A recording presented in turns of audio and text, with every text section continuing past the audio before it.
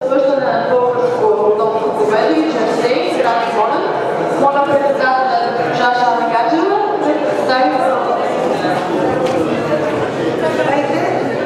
да кажа първо, че тия, които са уморили от вечерта и вече не са в залата, само ще се губят от това, че няма да видят най-хубавите животни, българското.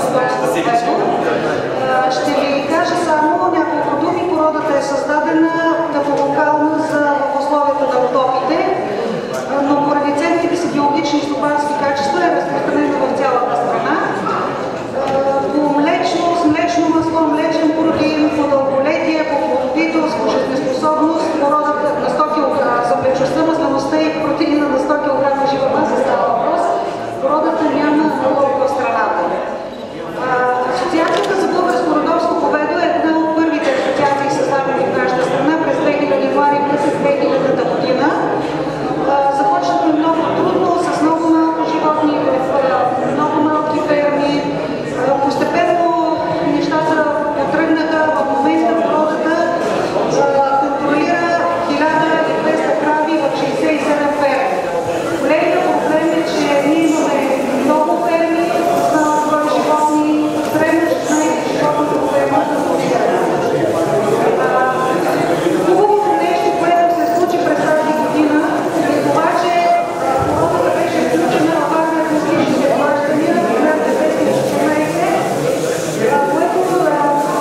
което е плод на усилия труд на Съвета по генетични ресурси и най-вече на професор Николов.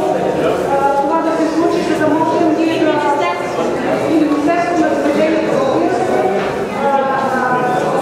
за да може това да се случи, за да можем ние да създадем малко по-големи ферми, за да можем да извършваме нормална фермерска дейност. Другото нещо, което искам да кажа, е, че ние в момента участваме в това изложение с най-много животни на глава контролиране. Това е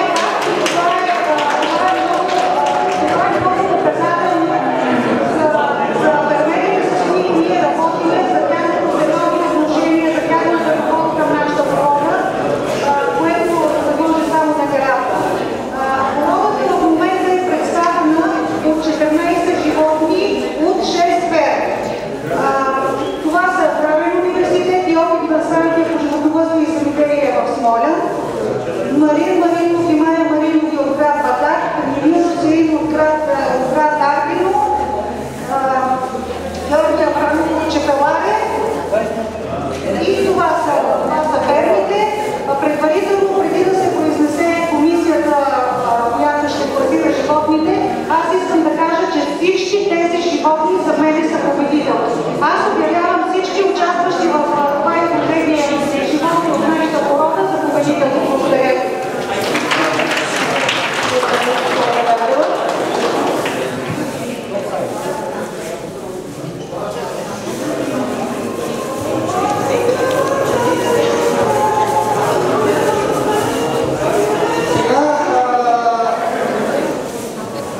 Преди да направим преврека на животните, ще кажа нещо.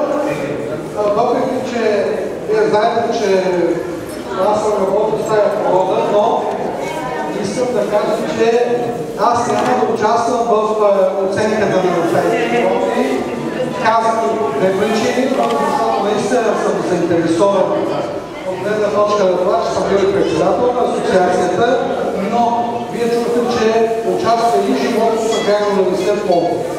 Така че аз давам изцяло възможността този път на доцент Леговска, а вече си запазвам правото пък аз да ви представя следващата порода, която ще влезе. Това е родовското кашово говедо.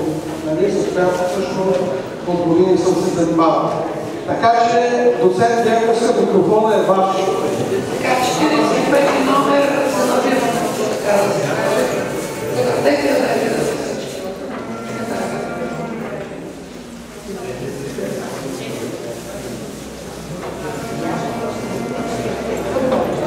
Вижте какво е това на милионно гърди, хубави и като точно най-хубави, най-добри тяхти, въпреки че има живота, други проблеми. У мен е 45 номер. Погледнете малки бъдени